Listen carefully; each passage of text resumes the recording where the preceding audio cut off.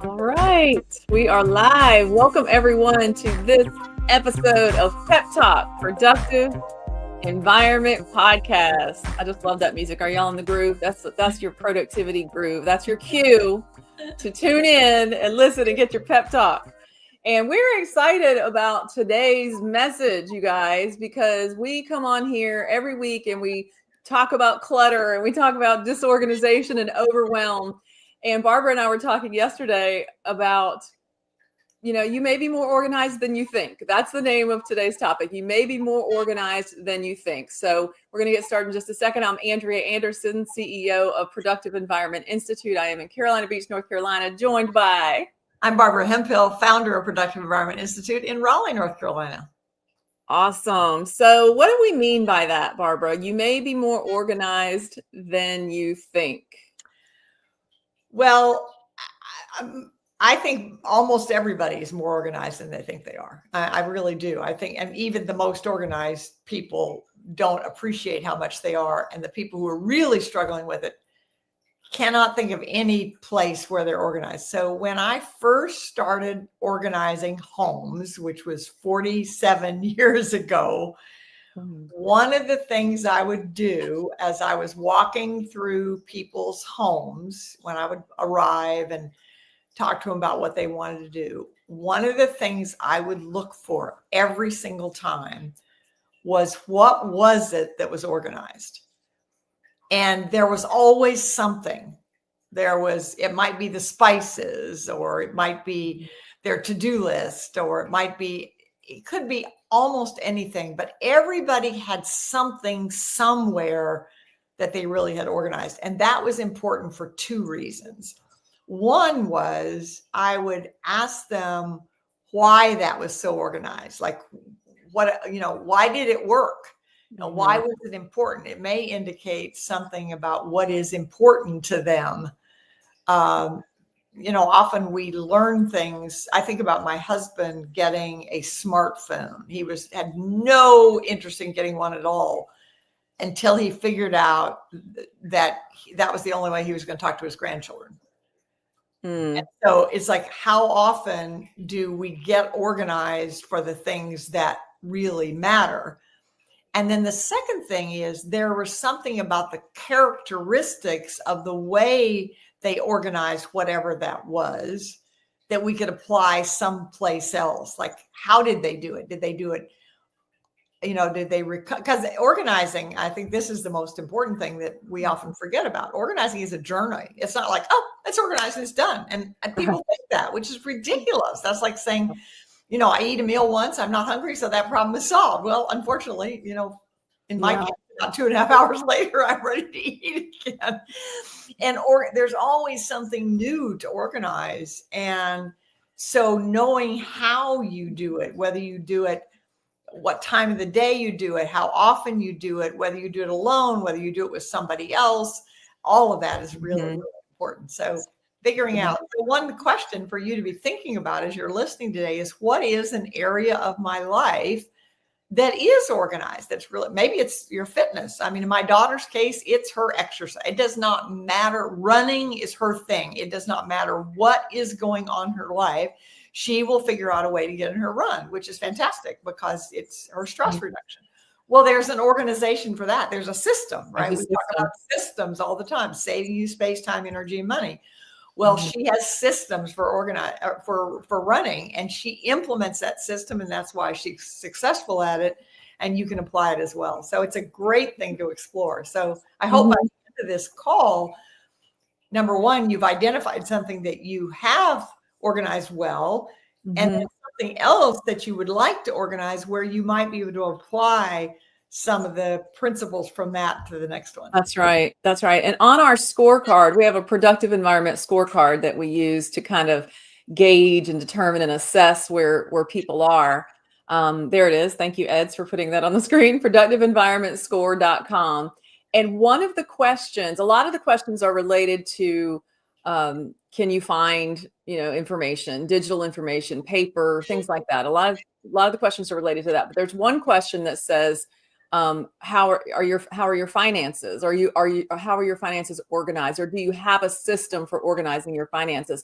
Now, we don't cover finances. We don't teach finances. We actually have a wonderful partner that we partner up with. Her name is Karen McCall. We'll tell you about her later. Her program is called Money Grit. That's their specialty. But we still have that question on our scorecard. Why?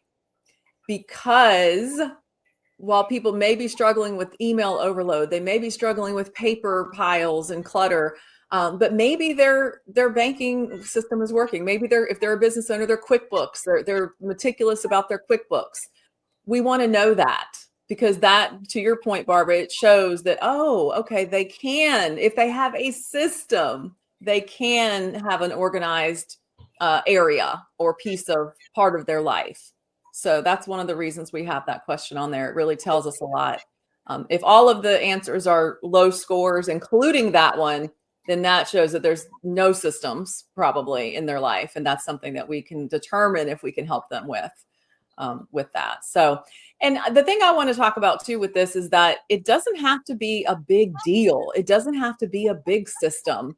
Demetrius, Barbara, he's a perfect example. One of his systems is the way he places his slippers next to his bed. He talked about that, and Lola Brooks was actually going to write a story about his slippers because it's part of his system, because he faces them a certain way. He gets up really, really early in the morning, and he doesn't want to have to look for his slippers to, get up and go start moving for the day. And so he makes sure his slippers are facing the right way.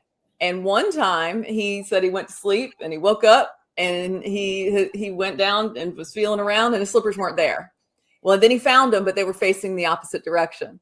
So that minor, tiny, itty bitty thing cost him minutes of his day. And he's kind of like, if you guys have seen The Equalizer with Denzel Washington, and he times everything that he does, he times his teeth brushing, and he times everything. That's Demetrius. So those slippers, that tiny little system was flawed.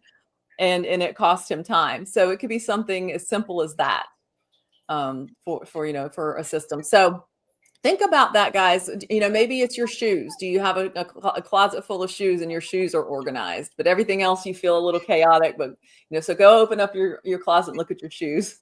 Find something that you feel is organized. And Barbara, you've got a series of questions that help people determine if their system is organized, if what they're doing is organized. And it's the 4 questions of, is this organized? Mm-hmm. So we can talk about that. So let's see. We call them, imagine that, we're so creative. We call them the 4 questions. The 4 questions, is it organized? Yeah. And so let's go through the first one. Number 1 is, does it work? So what you're doing, does it work? And let's apply it, because we talk about information all the time. We feel so strongly about managing information because that's the one thing that you're going to have for the rest of your life. I mean, it just is. As long as you are breathing, there's going to be information. Mm-hmm. So let's talk about the mail that comes in the mailbox, because that's like, yeah, a lot of people. In fact, I just talked to someone the other day, said she had not gone through the mail that she'd taken out of the mailbox for like 3 weeks. Well, it turned out that there was something in it that her grandson had sent her that she missed, that she really wanted, and she missed it. So let's think about the mail in the mailbox. Yeah. The first question is the way you are handling it work. Does it work? And it may mean, I think of an example that came across many, many, many times when I was organizing homes in the beginning. We talked about having the home office or the business of life, a place where your command center. Mm-hmm. Well, in our Magic 7, we have the inbox there, right? But the inbox wasn't where the mail was. So we had to have something that was in between that. So because that home office of the business of life might be in another room, it might even be in another floor. So it needed to have an interim inbox, which might be, in my case, it's the laundry room someplace. So does it work is the first thing. Mm-hmm. The second thing is, do you like it? So, for example, it may be the way you organize the mail coming out of the mailbox is dump it on the kitchen counter. Yeah, it works, but I don't really like the way it looks. And that's important. I mean, part of what makes us continue our organizing journey and refining our things is figuring out that it's something that we like. I hadn't thought of it before until this morning. I was speaking with a client about Marie Kondo talks about, does it spark joy? She's talking about the individual thing. Well, you can apply that to your system. Does your system for managing mail spark joy? Meaning, like, when you get the mail out of the mailbox, are you comfortable? This is what I do. I know this works and I don't need to worry about it. So I thought that was a new way of applying that was really applicable. The third one is probably the biggest one, which is, does it work for the other people? So in households, God has a sense of humor in that in most marriages, for sure, opposites attract. My husband and I, when we were first married, I thought it was going to be the death of my marriage because I couldn't organize him. And then one day I realized he wasn't my client. And we always say, we're not trying to convince anybody. We're looking for people who say, where have you been all of our lives? So does what you're doing with the mail impact others? And that's a big one in the family, because especially during COVID, that came up. Because there were lots of people at home and the mail was coming in and it was more impactful and whatever. So that's really it. And Barbara, before we go to number 4, I want to mention something. This is another one of the little tweaks that I made years ago to your original. Do you remember what your original one was in these 4 questions? The original number 3 was, does it work for the people you care about? Oh, that's right. Yeah, that's true. I was like, well, if it's in an office or a business situation, do they really care? Yeah, good point. I forgot that. We changed it to, does it work for the people it impacts? Yeah, I remember that now. As always, together we are better. That's right. The last one is, can you recover quickly? Meaning that there are going to be days, for example, you were traveling and you didn't get the mail out of the mailbox for 5 days or something, and there's a whole lot of it. Or maybe you were sick and you just didn't feel like it, or you were out of town, or somebody else took the mail out of the mailbox and put it someplace else. Messes are going to happen. Clutter happens. We say all the time that the problem is not the clutter. The problem is when you don't know what to do with the clutter. So if the mail from the mailbox does pile up someplace where it's not supposed to be or whatever, but you know what to do with it, it's absolutely not a problem. And you can apply those 4 questions to any situation, your clothes closet, your email, your digital, if you're using AI, it's, what is your system for using AI? That's a whole new system that all of us now are learning to deal with, because we're getting so much more information. I've got a couple of examples, and I'm sure, Barbara, you do as well. So one is specific to mail and another is specific to clothing. Someone I just talked to yesterday, I thought it was so interesting. So we talked about these questions, and she was saying that she lived. So first of all, before I say this, if you are listening, whether live or replay, please comment wherever you're listening from, comment in the chat and tell us about your system for processing your mail. Like, do you go to does it even come in the house, or, what do you do with your mail? Okay. Just give us your process for how you get mail from your mailbox into your house or your condo or wherever you live. And so this person was saying, she said, well, I live on a 200-acre farm. And she said, the mailbox is way far away. And she said, and she uses that for exercise. So she likes to exercise to get to the mailbox. That was one of the things. And then she said, it doesn't even make it into the house, because on my way back, I'm sorting and I'm ripping out the envelopes, and I'm just basically going through the stuff. And then she has a plan. She has something in her car, because living on a farm, we've got several clients that are farms and ranches and big open space. She said that she has something in her car to put the mail in, that to be recycled or to get gone, to not come into her house. So she stops by her car on the way, drops the envelopes and stuff in there, and then just brings in the stuff that she needs to process, so that's her system. And I was like, that's a system. And so I asked her the question, does it work? Do you like it? Does it work? All of it was yes. And then another example, and this was interesting. She said she's actually house sitting, and there's a pool table in the house. And she said, I don't play pool. And because she's house sitting, she doesn't have a closet or a dresser that's hers, right? So she lays out her clothes that she's got packed for the week or however long she's there. She lays out her clothes on the pool table. And so we talked about, does it work? Yes. Do you like it? Yes. She can see everything. Does it work for the people it impacts? Well, she's the only one there, so it doesn't impact anybody else. There's nobody coming and going. She doesn't have to make it presentable. And can she recover quickly? If she needed to gather it all up and put it together, she can. So somebody else might walk in and say, oh, that looks cluttered, but it works for her.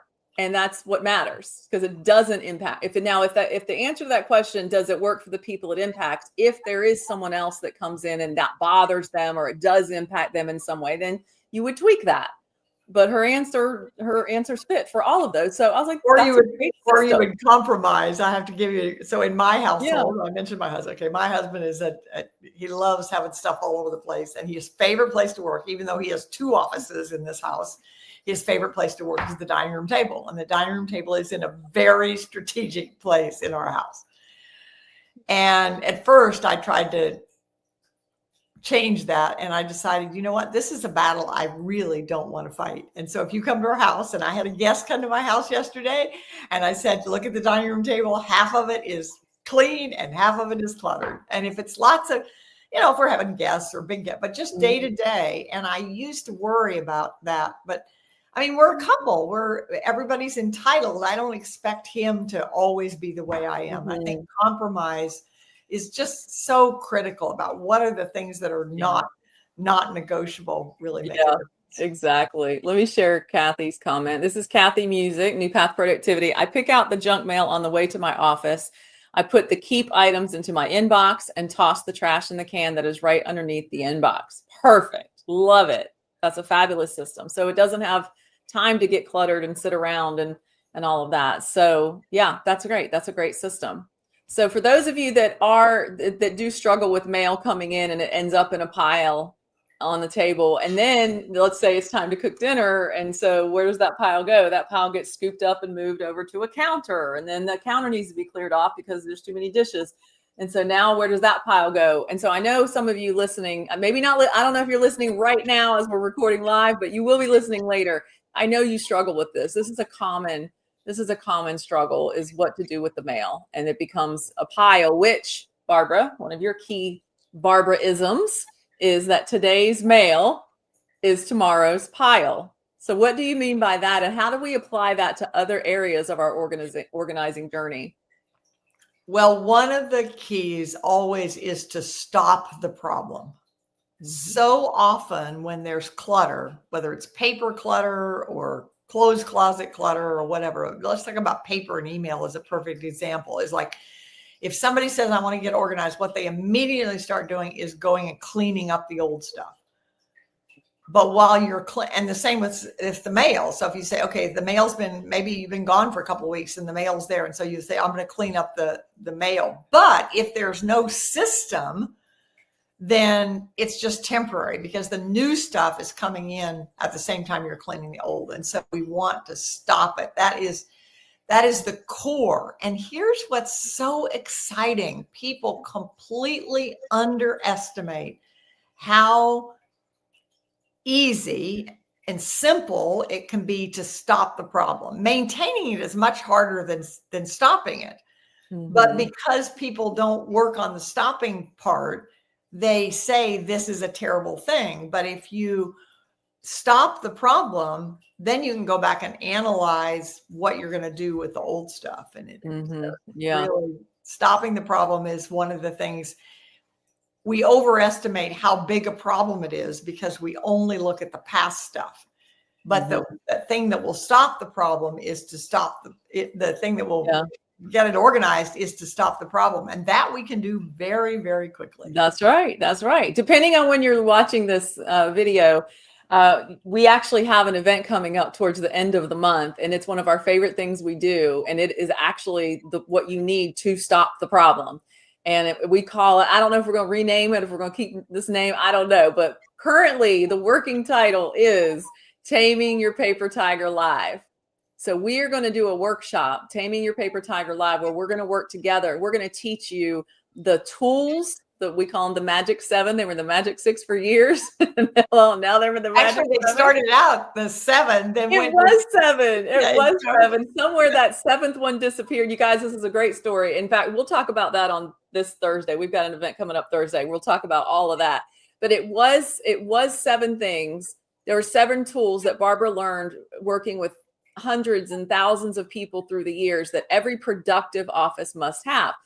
But at some point, it ended up being 6. So it was the Magic 6, right?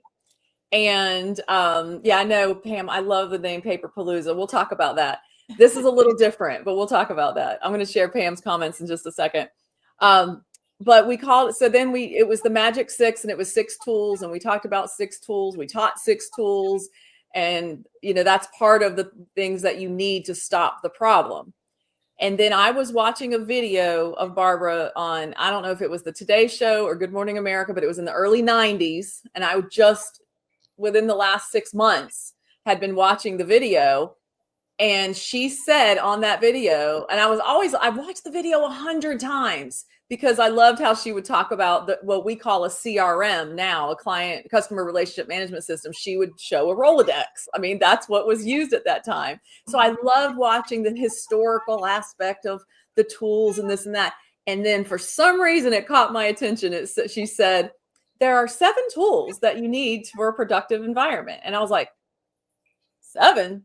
We're talking about 7. So then I listened to her, and she added one that we did not have in our existing Magic 6. I'm not going to tell you what it is. You have to tune in on Thursday to find out what it is. So, and when I say on Thursday, we will put a link to that event in the description of this video as well. Okay. So if you're watching this a year from now, you'll still be able to get the link to the event that I'm referring to, which is our 47th year anniversary of Barbara placing her $7 ad in a New York City newspaper for organizing services, June 5th, 1978. And at the time of this recording, it is currently June 3rd of 2025. So we are in celebration mode this month. And it's just so much fun because of these new changes, finding the number 7, the 7th tool that was missing. And it is very powerful, very impactful. And I don't want to get more into it right now. We'll talk about it on Thursday on this event. So make sure you save the date. We don't have a link for you yet, but we will have a link in the description of this video, and we will send it out to our list as well. So anyway, all that to say that the tools you have, power tools, and we can call them power tools, help you stop the problem. And there's a certain order of them. And there's in every office, no matter if you're an individual or in a company, every office needs these 7 tools, some form of these 7 tools, right, Barbara? Yeah. Let me give an example of how we talked about the 4 questions. And those 4 questions are questions that you ask periodically. I would say at least every 6 months. Does it still work? Do I still like it? Does it still work for the people it impacts? And can I still recover quickly? And I heard an example. I was in a company recently where they had just purchased the company from someone else. And it was a company where they do make signs and things. So they had lots of tools in it. And the drawers from the owner was what some people would call anal retentive, in that the drawers had forms in them. So the tool got put in exactly the right spot. It was carved out as it goes in there. Well, it was something that had worked for a while, but what happened is they got more tools and the tools didn't all fit. So they had to go back and figure out whether to do that at all. And in fact, it wouldn't work at all because there were too many tools to fit in that space anymore, the way they were. And I think about, there's this discussion right now in our country about pennies. And you think about, cash registers having places for pennies, and we have cases where people got some coin that didn't fit in the cash register. And so we constantly have to review. This is the journey of organizing, which is why does it still work? And do you still like it? And if the answer is no, it doesn't mean it was wrong before. It means things have changed. Yeah. And that's something that we all want to do. I was talking yesterday to the editor of a large publication, and she said, I organize my daily to-dos with Post-its. Well, I guarantee you that there are many organizing professionals that if they walked into her office, the first thing they would do is say, we got to get rid of these Post-its. Mm-hmm. But I said, tell me more. How does this work? And so she explained to me that literally the top things that she wanted to do that day were on a Post-it note on the bottom of her monitor. And it works perfectly. She's been doing it for years and it works perfectly. And so as the old saying goes, if it ain't broke, don't fix it. Fix it. Yeah. And the problem for most people, and I do remember one of my first clients was an attorney that had 3 monitors. And back then to have 3 monitors was unheard of. I mean, I'd never seen anybody that did that. And they were just the Post-it notes all around, all of them. I just walked in, it's like just horrendous. And terribly disorganized because it wasn't a system. It's, if you think about it, we define a productive environment as an intentional setting. Mm-hmm. And so in the case of this editor, her Post-its were an intentional setting. So how intentional are your systems? Mm-hmm. Yep. I love it. Let me share Pam. Mindful decluttering and organizing. She said, I love that Kathy music. Our mailbox is at the road, and I start opening mail on the way, walking from the mailbox, and most of it goes directly to the recycle bin. I can't wait to get rid of it. Yes, that's fun, isn't it? Ripping those things open. I always rip open the mail and then pull out the little inserts and things that you don't need and get rid of those first. No need to bring those in and put them on your counter. You're so right, Barbara. Dealing with the incoming can be transformational. Exactly. Stop it before it becomes that pile. We were talking about the event, not Paperpalooza, right? That is another workshop that we do. And then let's see. Oh my God, look at that old pic of Barbara. Sorry to be so chatty. This is exciting. Do not apologize for being chatty. Let me put that picture back up. This is what she's talking about. Yeah. Yeah, that's Barb. That picture was actually, I think you told me that was in 1979, right? Yep. Yeah. That was my first professionally taken picture was in 1970 at Olin Mills back when, I don't know if Olin Mills still exists, but it did for decades. In the mall. It might still be in the mall. I don't know. I know. But guys, Pam, if you like that, make sure you tune in on Thursday, on June 5th of 2025. We're going to be sharing, I mean, you're in the organizing industry as well. And we're going to be sharing just through the years, pictures, articles, of really it was the birth of an industry. Barbara, you were there, the birth of an industry, and how things have changed over the years, and so where we were then, where we are now, and where we're going. We're going to be soaring together. So make sure you guys tune in on Thursday for that. So yeah, no apologies for being chatty. We love y'all to be chatty in here. So feel free to comment. And if you're watching this later on, you can post wherever you are. But just as we wrap up, I just want to encourage you to think about an area. Again, you may be more organized than you think. Think about an area that you are happy with in your home or your office. Think about, is it how you've organized your coupons? Do people still do that? Everything's online now, so I don't even know.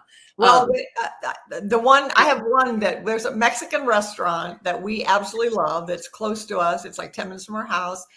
And the grocery receipts have a coupon on the back of it. Okay. And so that's an example. I don't normally keep grocery receipts, but I do keep those coupons. And there's an envelope in the car so that when I'm in the car, I take the grocery receipt out, put it in the envelope in the car so that when we go to the Mexican restaurant, the coupon is always there. Okay, so Barbara, let me ask you some questions. Does it work? It works. Do you like it? I like it. Does it work for Alfred? Yes, because he will periodically, he's bought into that system a lot and helps me remember. And so he will periodically get a receipt, like we'll get him in the mail or something, and he'll give it to me and put it in my outbox in my Magic 6, 7, and put it in my outbox, and then it goes there. So yeah, it works. Okay, and can you recover quickly? So what would be that? What would be that situation there? Is if you didn't put it in there? Well, it's just the habit of not looking. Okay. Mm-hmm. So if you have an outbox and you don't look at the outbox, and that will happen. Like when people be doing their desk, they'll have an outbox, but it's a habit. So now looking, or I have another great example in my house. In my laundry room is what I call a staging area. And if there's anything that belongs to somebody else that I need to get to them, that's where it goes. It's in one of the counters in the laundry room. So anytime somebody comes to my house or I'm going to somebody else's house, it's just as big a habit to look at the staging area as it is to get my car keys. I mean, it's like I'm getting my car keys, I'm looking at the staging area to see if any of it works. I mean, I've been doing that for years, but it's really, really worked. And Andrea, you told a story yesterday about somebody who was supposed to give something to D and 2 different times never did. I mean, yes. And I said, yeah, he was looking for speaker wires and asked this person, could you bring me some speaker wires? Yes. And then he didn't bring them. Then he asked him again and they said, yeah, I'll bring them. He didn't bring them. And so I said, well, D, what would you have done? And he said, this is what you and I were talking about, your staging area with the laundry room. He said, I would have gotten the speaker wires immediately after I got the text, and I would have put them in he calls it his launch pad. We call it like a launch pad area, same thing. And I would have put it there to make sure. And he said, if it's really super important and critical, he said, I'll put it in front of the door. So I have to do something with it. So I have to actually physically move it. So yeah, having a system. Let me share a couple more comments and we're going to wrap up. Tony Monty is one of our specialists as well. She said, SOAR together, because together we are better. That is right. And our acronym for SOAR is systemize and organize with action and reference. Those are the 2 things that we really focus on to help you organize your time, your space, and your information. And thank you so much. I'm glad you're watching. A great, inspiring discussion. So thank you. Awesome. So any closing thoughts, Barbara, as we wrap up? One of the things, don't forget to celebrate when you're successful. Instead of criticizing yourself for what you haven't done, find some little thing you've done and then celebrate. And the way I celebrate is singing, amen, amen, amen, amen, amen. Don't turn that into a reel. I don't know, Eds, that might be a good reel for us. But anyway, last thing I want to mention is, again, wherever you're watching from, make sure that you please like this video, share it, make your way to our YouTube channel and subscribe to our channel, please. And also, I had an also. What was my also? Comment wherever you're watching and listening from. Comment and let us know, A, how you process your mail, and B, what area or tiny system or big system, what do you have that is working? What is one thing that you love that is working? Other people may not understand it, but it works for you. Tell us about that. We want to see what that is. Okay. Thank you all for joining us. I'm going to go ahead and end this live stream and we will see you on the next one. Thanks, everybody. Bye-bye.